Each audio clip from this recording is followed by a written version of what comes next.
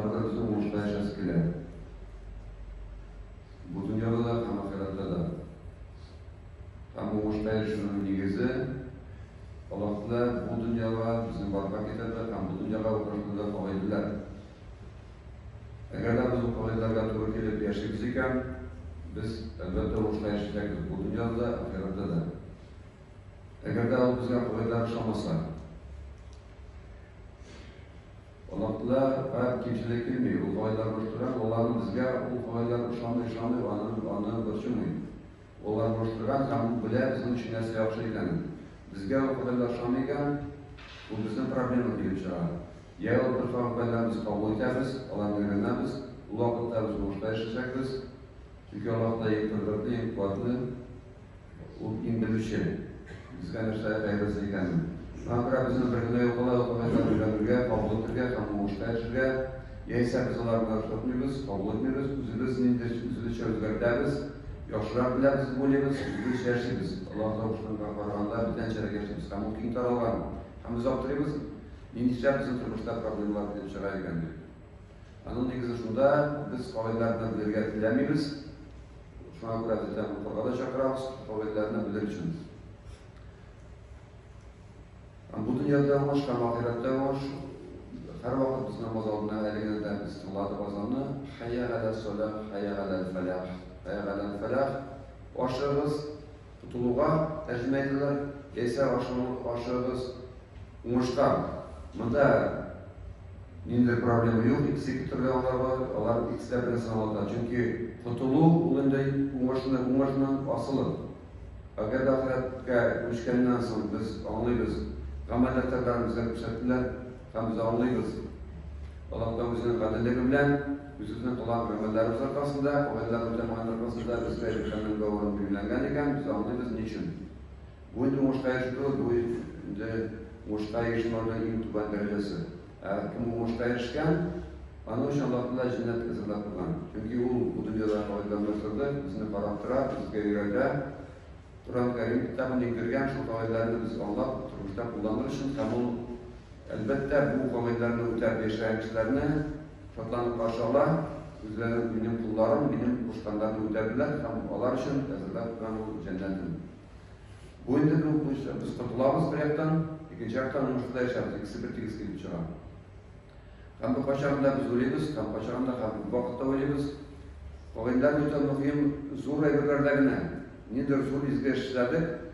Anlarsınız söylüyoruz, nçik yaşarıya yarayıp olan müştaklarda o vak meselelerinden ibaretinde. Lakin Allah'ta ne bilişim, kaysısı vak, kaysısı zor. Zilzile suresinde giden, Euzubillahimineşşeytanirracim, فَمَنْ يَعْمَلْ مِثْقَالَ ذَرَّةٍ خَيْرًا يَرَهُ وَمَنْ يَعْمَلْ مِثْقَالَ ذَرَّةٍ شَرًّا يَرَهُ Kim tuzaklıklığa kadarına yaxşı amel kılgan bolsa, kıyamet günde olanı görür bizim amel eserlerinde. Hem kirsinçe kim tuzaklıklığa kadarına doşar amel kılgan bolsa, olanı şulay görür amel defterinde, kıyamet gününde kamak turar, şunsunda eski alanlar mükemmel. Şuna göre biz her vakit kılırga teşk amellerini kılganda Allah'ta kuşkan kuvvetlerle uygulan kuvvetlere doğru giden yok mu? Zor olsun, belki olsun, Allah'ın Allah'ta karşısında ayırması yok. Bütün siyasal bara. Belki gene bir güne izle amel etmezken mümkün, uğuşta yaşayışın hem kıyamet gününde cehennem mutlu kurtulur için. Bugün karak teskile niçin turmuşka aşırılar, şu kullanı kuvvetlerini Davud Aleyhisselam misalında Ulunca Saf suresinde gile 3. ayetlerden başına onun turunda kıssa diletire giren Hamul Kur'an'dan biz biliriz. Davud Aleyhisselam turunda odan ayet teskile biten dinlerde de var hikayeler. İsrailler gibi olarda oldu. Bu şunlardan kişi diletire yasa başka kişiler şularını okup Kur'an'ı Kur'an'da kuvvet bilimliler. Lakin biz onlara kırıp gitmiyoruz çünkü o biten din bilimi. Bilip çıra bizim Kur'an'da bilim işitmiyoruz. Kırıp biten dinin hikayelerine dağında kızgırak olsun için, dağında kuvvet bilesi gider. Күбрәк белергә әлбәттә омтылу бик яхшы, ләкин Коръән һәм хәдисләр тирәсендә генә без белемне эзләргә тиеш. Калган белемнәр алар бик шикле белем. Кирәклесен Аллаһ Тәгалә безгә бирә, кирәкле дәрәҗәдә. Һәм Коръәндә генә Дауд галәйһиссәлам турында инде рәвештә ул үз вакытында булган иң куәтле, кем биргән аңа куәтне, Аллаһ Тәгалә биргән, Аллаһ Тәгалә кылган шундый кеше итеп. Һәм ул булган пәйгамбәрдә, Аллаһның илчесендә, һәм шул вакытта ул булган ил җитәкчесе. Аллаһ Тәгалә шундый мөмкинлек биргән, куйган ил җитәкчесе итеп тә. Һәм аларга шундый зур дәрәҗәгә уларны күтәргән, һәм буйсындырган аларга тауларны, һәм буйсындырган аларга кошларны, һәм буйсындырган Аллаһ Тәгалә bir gene bir de Kur'an'da hepsinin manası var. Kimge ol buysundura? Bizge buysundurgan mı? Hem biten kişilerge olağımı dersen kişiler buysundurgan mı? Yok. Çünkü bu bile Allah Teala nefse çok kullanacak. Davud Aleyhisselam. Ul Allah'tanı maktaganda, tesbih kılganda, maktaganda, zurlaganda, onun bilen bir de olarlar. Zurlaganlar Allah Teala'nın koşulup. Һәм ул Аллаһтан зурлаганда, кушларда алар белән кушылып зурлагандар Аллаһтан зурлаганда. Чөнки Аллаһ Тәгалә белгән изге гамәлләрне өчен Дауд галәйһиссәлам аңарга аны кудрәтне бирү ул хәйрле. Аның өчен дә һәм дөнья өчен дә хәйрле. Һәм Аллаһ Тәгалә Аллаһ Таба барган аятларда әйтә, аның патшалыгын да ныгыттык ди. Аллаһтан ныгытмаса патшалык бер мизгелдә таралыша. Аллаһтаның рөхсәте белән генә патшалык тормышка ашырыла.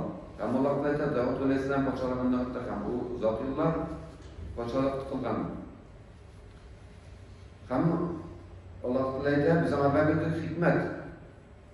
Патшалык өчен бик кирәкле, халык тарафыннан бик көтелгән сыйфат. Хикмәт биргән һәм ачык рәвештә сөйләү сәләте биргән. Ачык, күркәм рәвештә сөйләү сәләте. Хикмәт патшалыгын ныгыткан һәм биргән аңарга күркәм рәвештә матур дигәндә ачык итеп сөйләү. Кеше ачык дигәндә кеше бүтәнчә аңлый алмый. Ачык сөйләгән кешенең сүзләрен. Һәм Аллаһ Тәгалә biz күрәбез Аллаһ Тәгалә Дауд галәйһиссәламны яраткан һәм хәдисләрдән biz беләбез, иң яраткан Аллаһ Тәгалә тарафыннан иң яратылган уразаның да түре ул Дауд галәйһиссәламның уразасы. Ул читтә ураза тоткан, бер көн тоткан ураза, икенче көнне ураза тотмаган.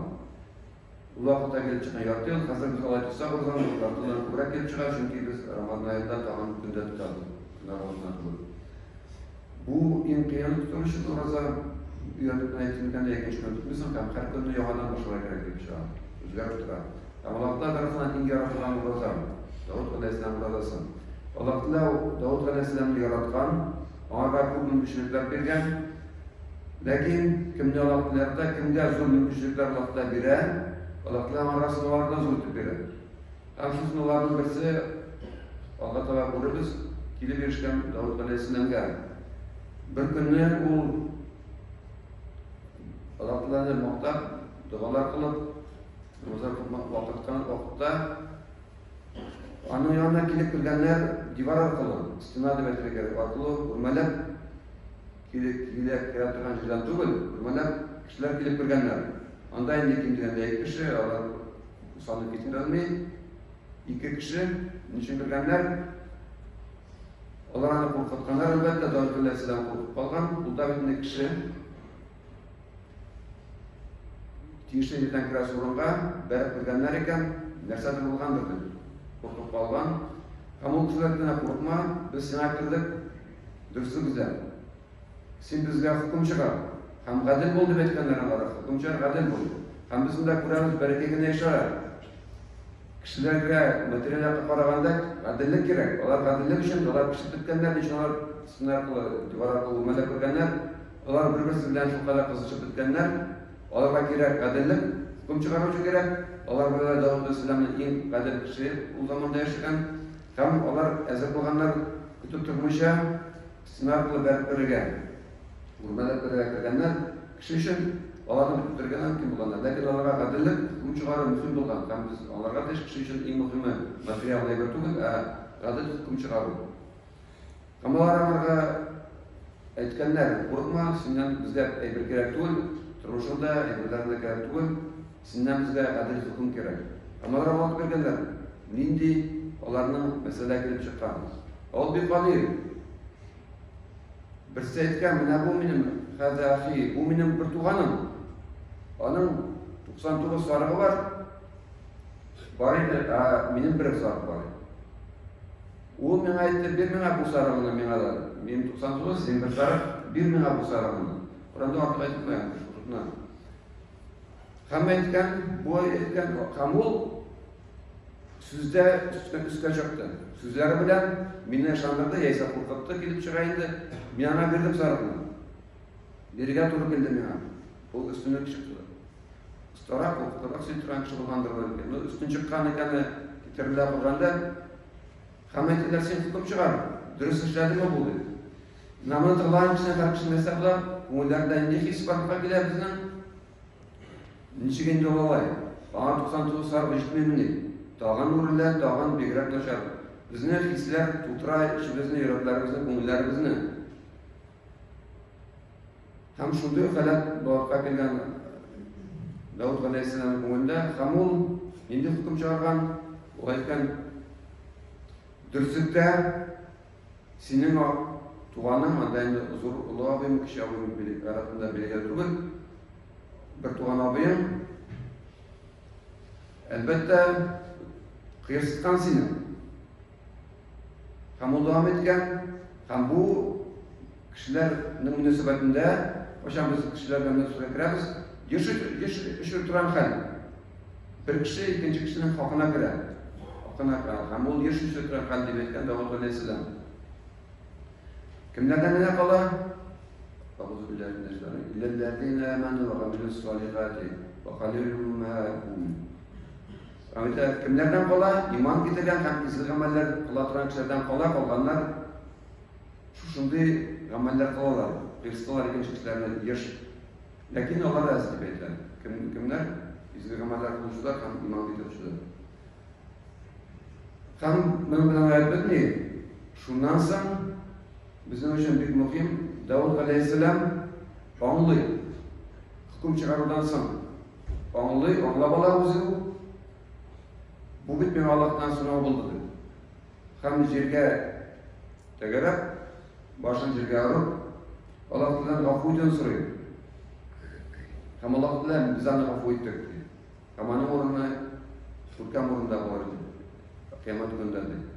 Bunda bizga Allohga kerak birinchi aytibdi, bu qisqagina hikoya, lekin unda hikmatlar bek ko'p.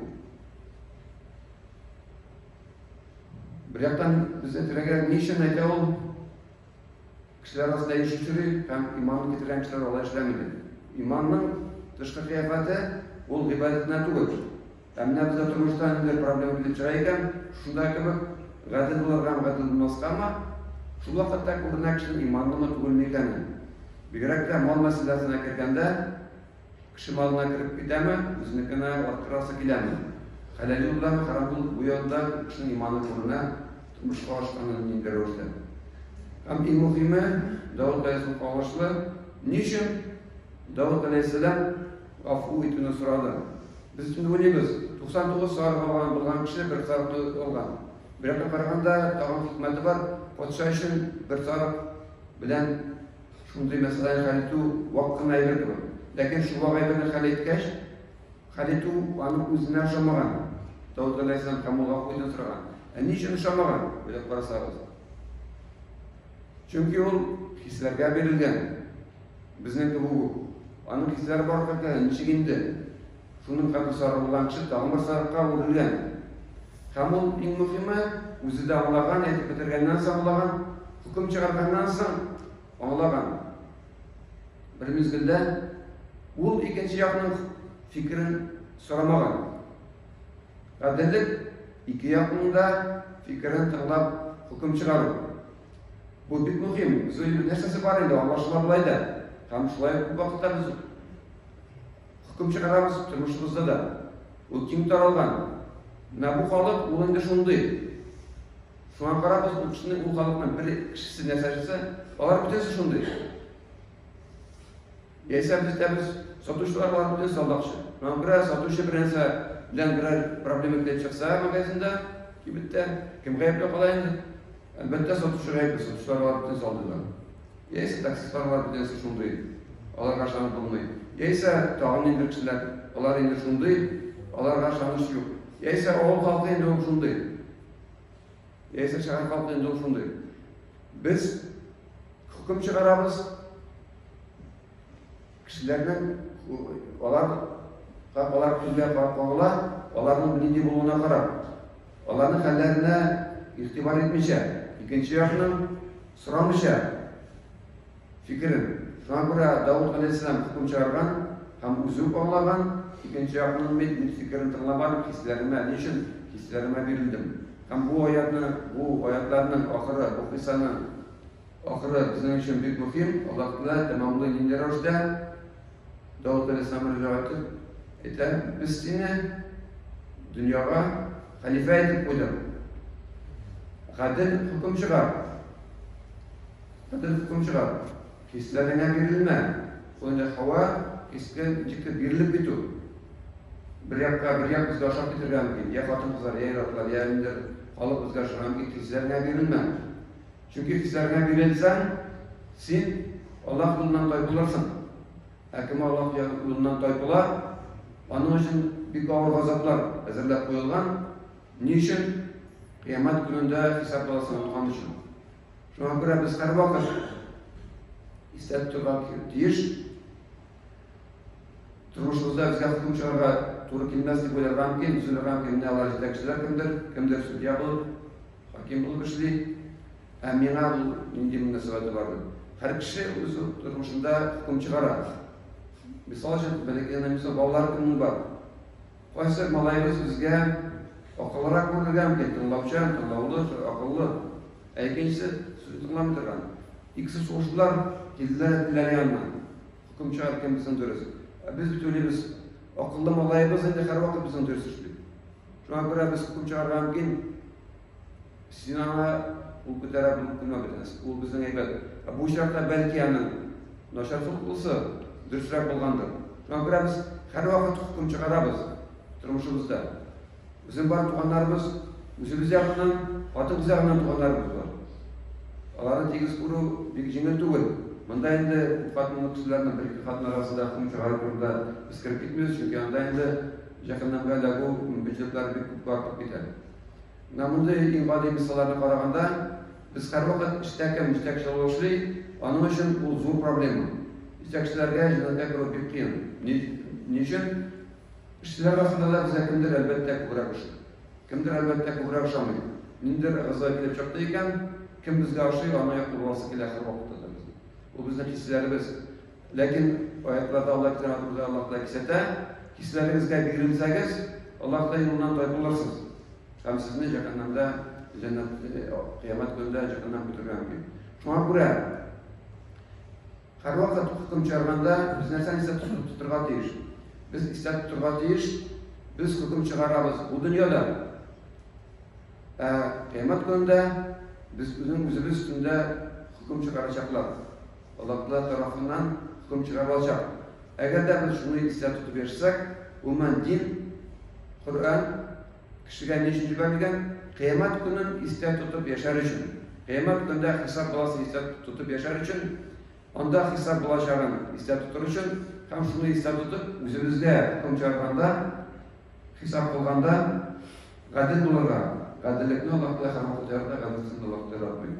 Allah Teala bize nasip etsin, turmuşlarımızı gadillik bilen öterge, Allah Teala kelgen sınavların ülkem rəvişdə öterge, qiyin olsa da sizlərə verilməzkə, gadil rəvişdə hukum çıkardıran.